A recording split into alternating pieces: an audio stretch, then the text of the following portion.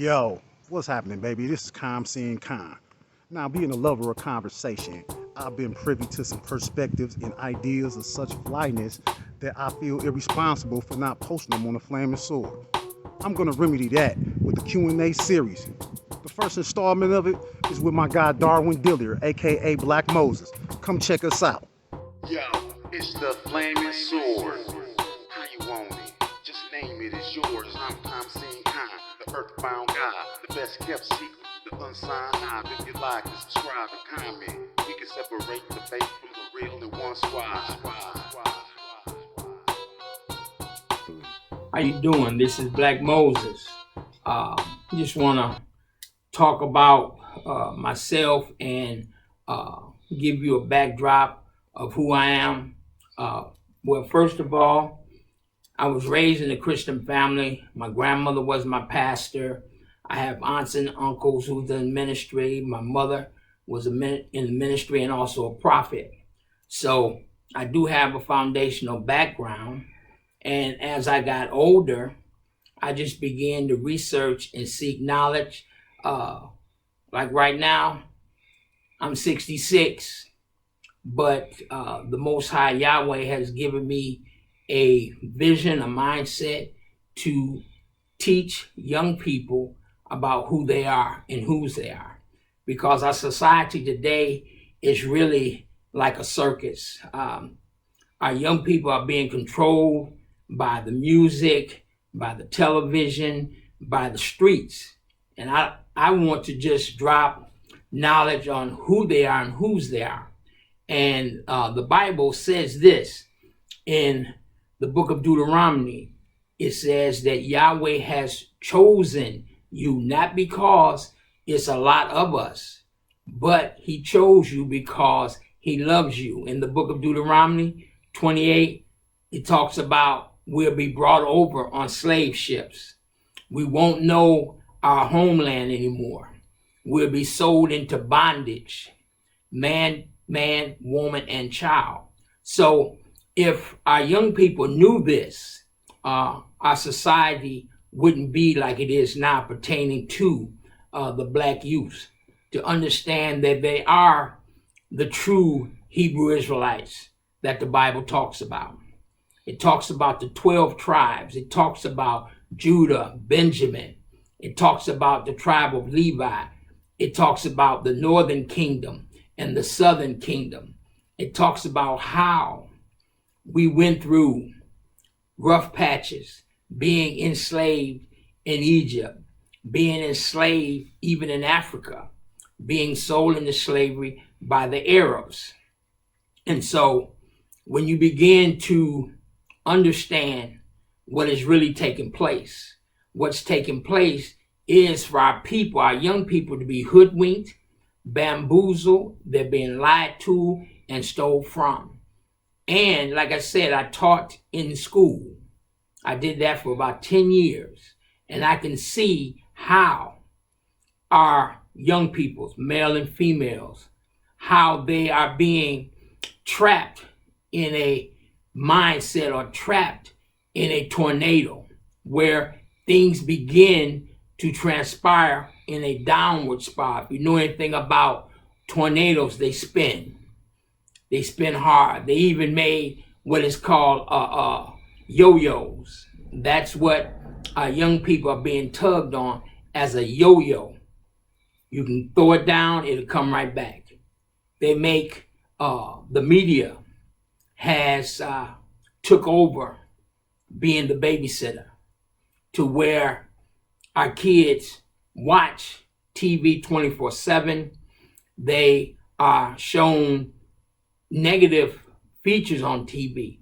But one thing society does, it gives you the true essence, the true picture of what is taking place.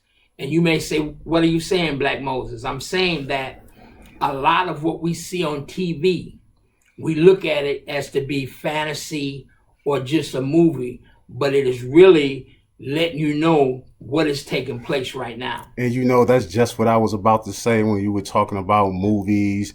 You was talking about the Bible. I was just going to say that, you know, a lot of times when people talk about the Bible, they're talking about people from thousands of years ago that ain't got nothing to do with me. They all over there in the Middle East.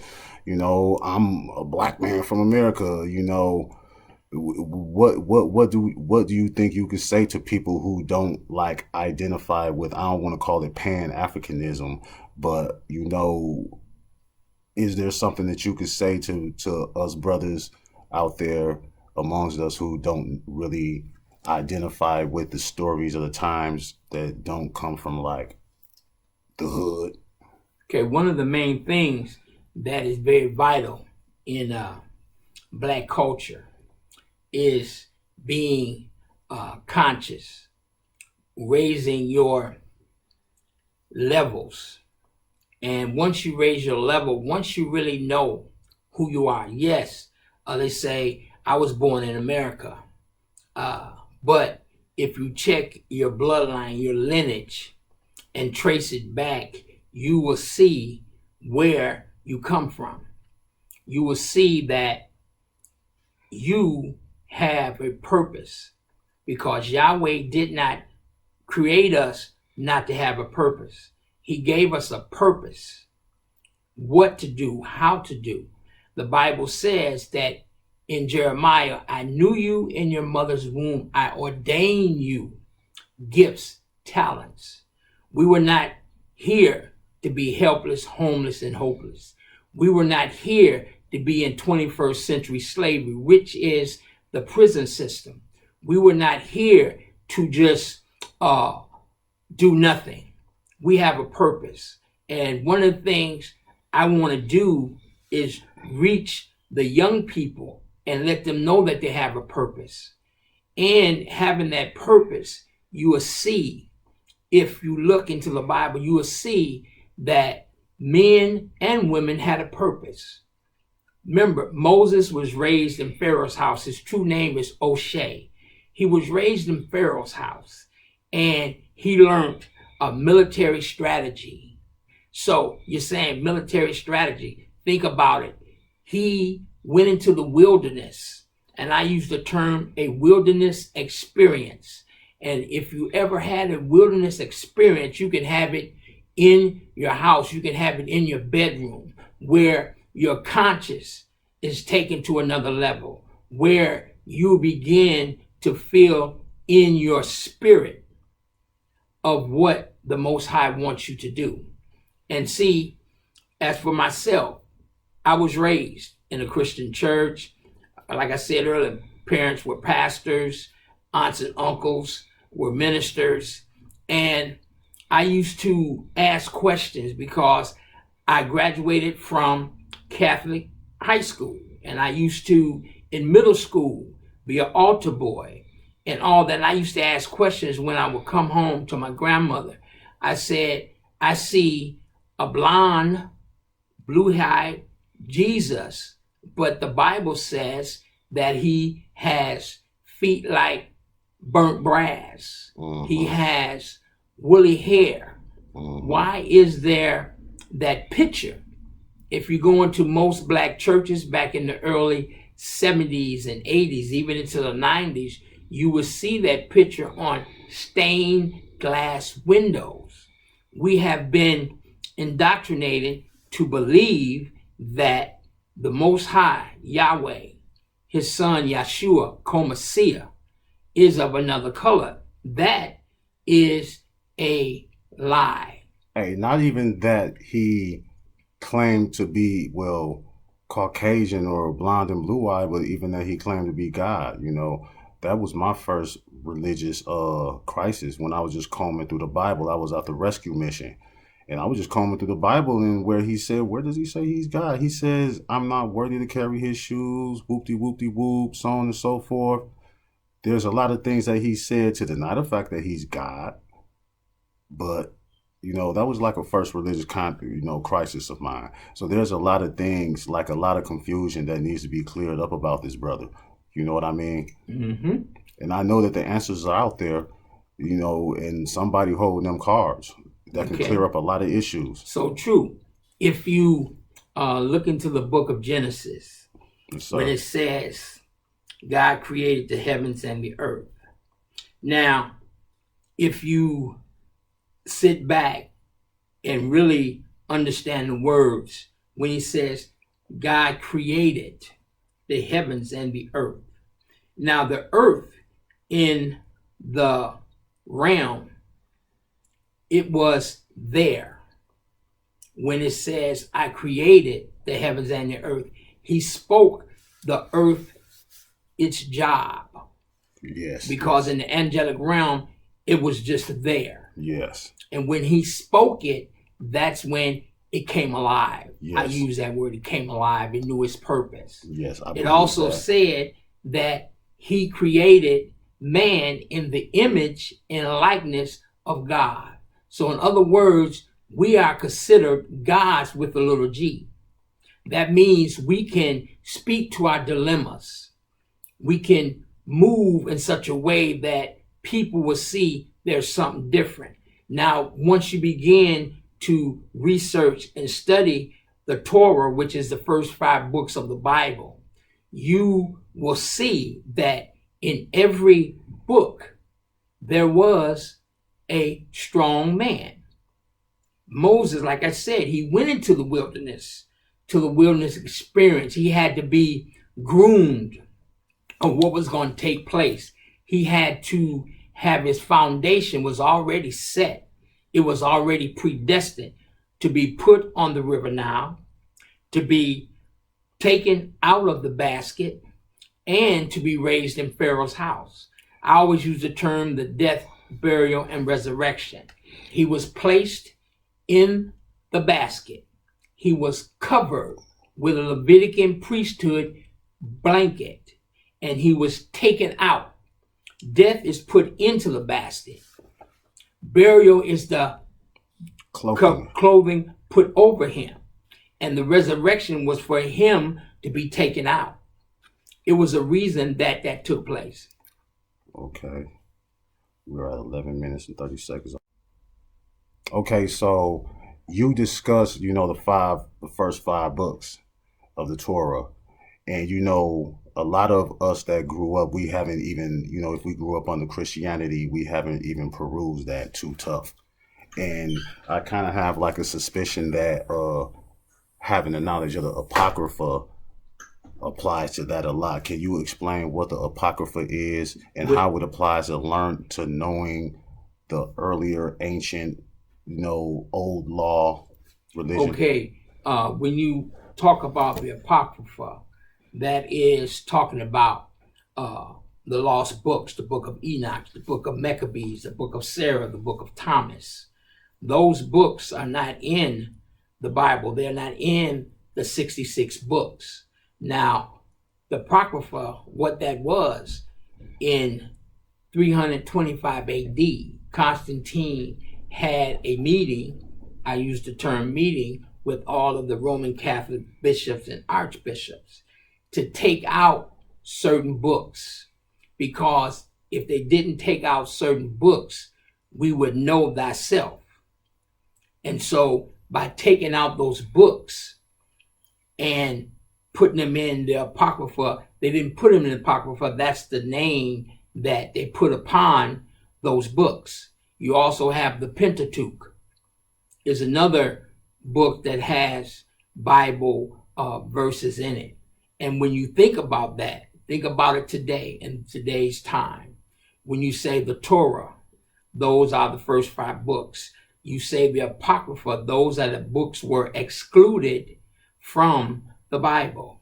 Now, it is truly 88 books of the Bible. The oldest Bible is in Ethiopia, which was called at that time the land of the black.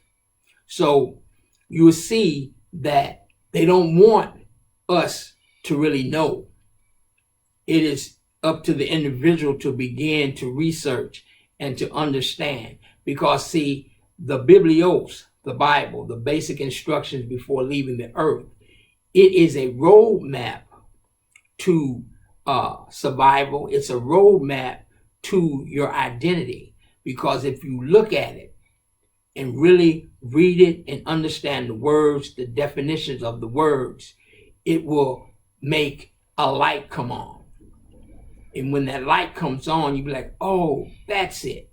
That's why it's important. That's why back in the 70s, when you would go to prison, they would give you a Bible. And all you had at that time was reading that Bible. And you read that Bible, then things will become alive in you. That's why during the slavery period, they weren't allowed to read. But see, we were a spiritual people anyway. I think we were more of a verbal people too. Verbal. So we didn't have, we transferred a lot of our traditions and knowledge orally. Yep. Because when they came here, when they brought us here on the slave ship, the slave ship's name was Jesus. So when we got slavery, when we landed in a plantation, the slave master used the Bible, certain verses, but he didn't read the whole verse of the Bible. One verse that he always used was, obey your master. He didn't finish, that has rule over you. The master that has rule over you is Yahweh Elohim, God. They say, the way they say it, it's like obey your master. That's pretty much anybody who has a supposed higher territory over you. Mm-hmm. You know, obey that dude just because he sitting on 26s, you know, or, you know, what, you know. And we see it. Or he got guns. Obey him because he got guns. Mm-hmm. Obey him because he's big and strong, you know. But that's not necessarily what it means. It doesn't even apply to the creation. It only applies to the one. Right. It applies to the natural, because if we would obey Yahweh, our society wouldn't be like it is. And just like you said, you made a very good statement. We look at society right now today, in so many terms, they are slave masters. Even when you go to work on your job, okay, you, in the natural, you go to work, but there is someone over you that you must follow his or her job title, you know, manager, assistant manager, district manager, area manager. And see, they use that title to have control over the workers. But see, like I said earlier, once you know who you are and know that you are a royal priesthood, that you are loved by Yahweh, then you will have more consciousness in yourself. A lot of times, what we see today is that people, young and old, have lost conscious mindset, who have lost the ability to open themselves up to the Most High God. Because we have, I say it this way, when Moses was taking the tribes, the Hebrew Israelites, from Egypt, and Egypt means Exodus, or you are enslaved. He had some people who were like, why you have us in the desert? We had it better when we were under Massa, when we were in bondage. And think about it. Fast forward to slavery. When the slaves wanted to revolt or leave, you always had one slave, man, why you want to do that? We got it good here.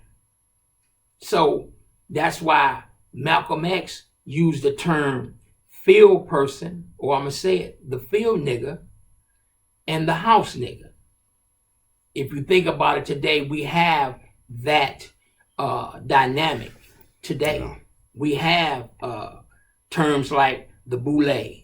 We have, as they say, the uppity people of color. Malcolm X, Martin Luther, bourgeoisie and all that. Marcus Garvey, all those. W.E.B. Du Bois. E.D. Du Bois, and Drew Ali, they all at that time, they had a purpose, and that time they were trying to uplift and jumpstart consciousness. When you jumpstart consciousness, the roughnecks or the people of power, there has to do something to stop you. In response, yeah. I don't necessarily think that they want to stop you. They want to get every drop of energy out of you that they can.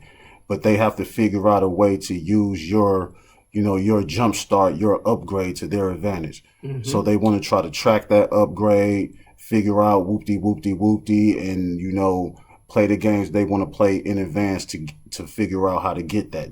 Mm-hmm.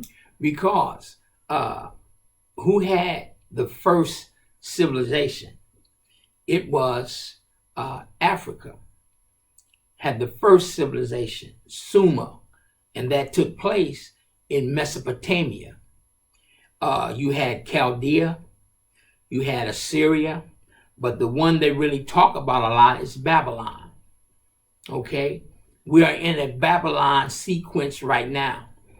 And if you understand that, you'll be able to maneuver through situations, because it's important. Every person that is in the Bible, male or female, had a reason to do what Yahweh wanted you to do. Yeah, so it's interesting because I was thinking about something like the resurrection, right? Mm-hmm. And, people talk about the resurrection like it's the end of the world and the end of destruction and all of this, the come all end all of everything. The book of Revelations is what I'm referring to. Mm-hmm. And I always try to tell people, like, it's not saying the end of the world, it explains the endings of civilizations, mm-hmm. and how people fail and the mistakes that people made. So when you start seeing certain things happening, you understand that you're in the midst of apocalyptic events. Mm-hmm. So where do you think that actual knowledge of things like this comes in so that people can actually link it in and catch that actual upgrade that, That's a good question. I'm going to start here and then go into the book of Revelations. Okay. When you said resurrected. Now, all the time, most theologians think of dying. Correct. Being raised up. But in the book of Corinthians, it talks about you're a new creature with a new feature. Old things have passed away. Behold, all things have become new.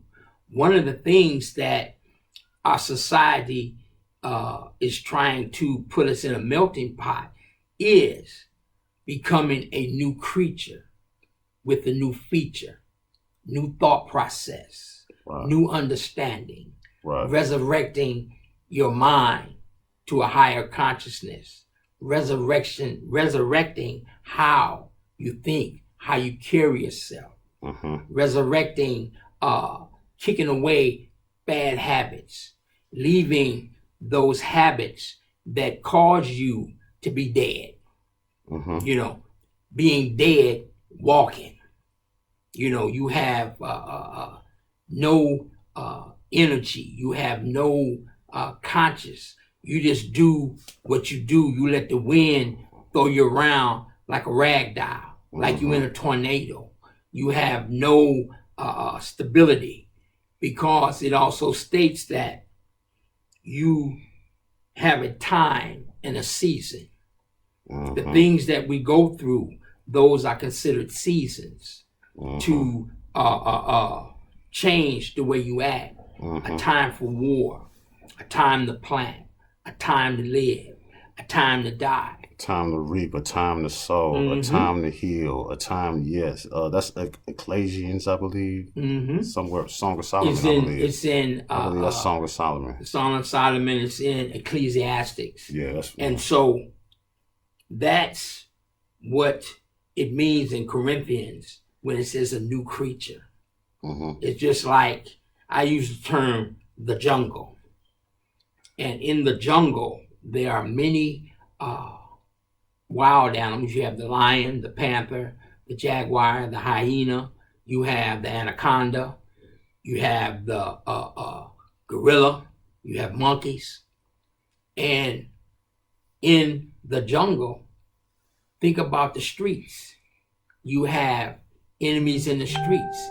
You have lions, tigers, panthers, all those in the natural side in the streets. Those are the ones that cause us the great problems. That's why they use the term the hood, the ghetto, and understanding that sometimes you're going to have to step out of that box.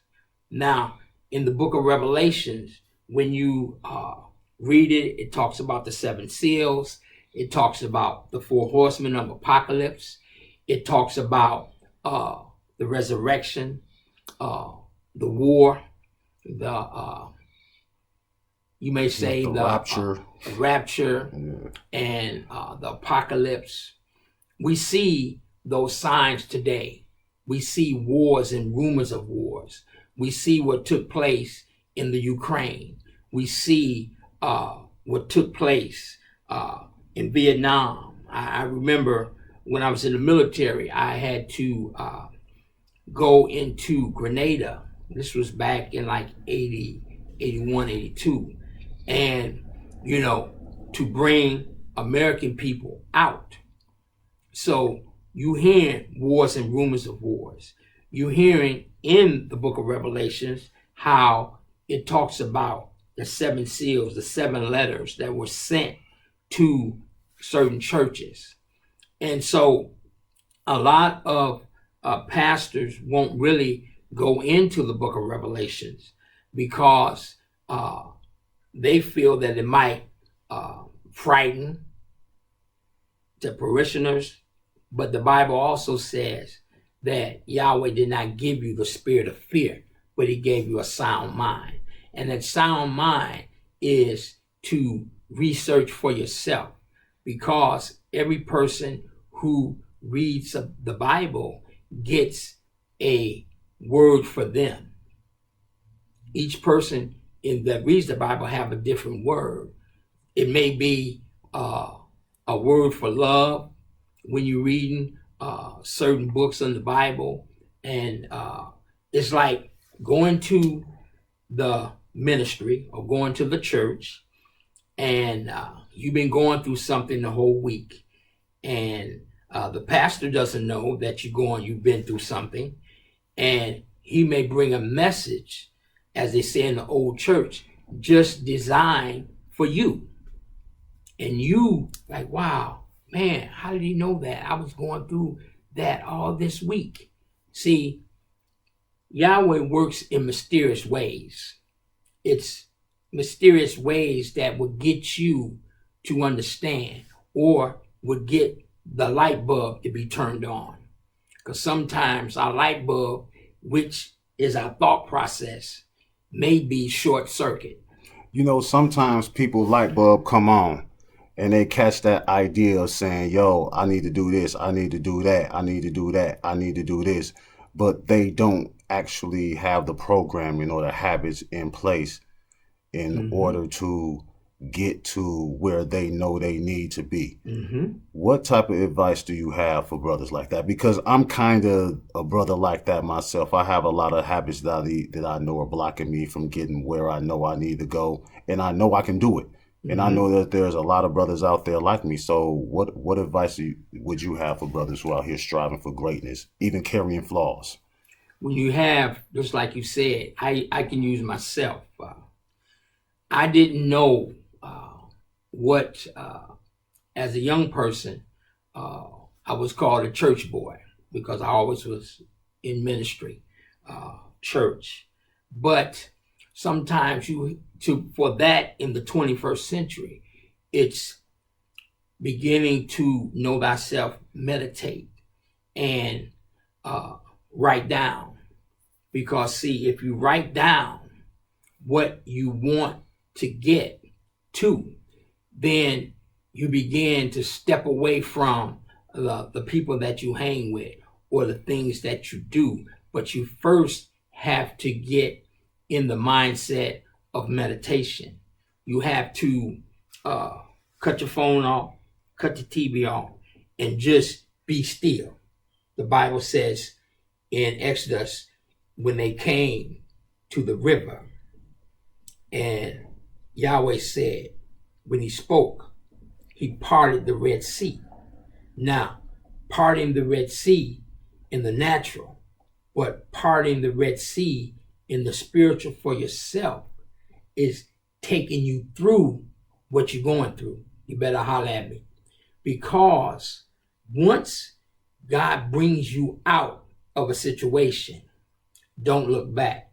Sometimes we may look back like it happened with Lot's wife.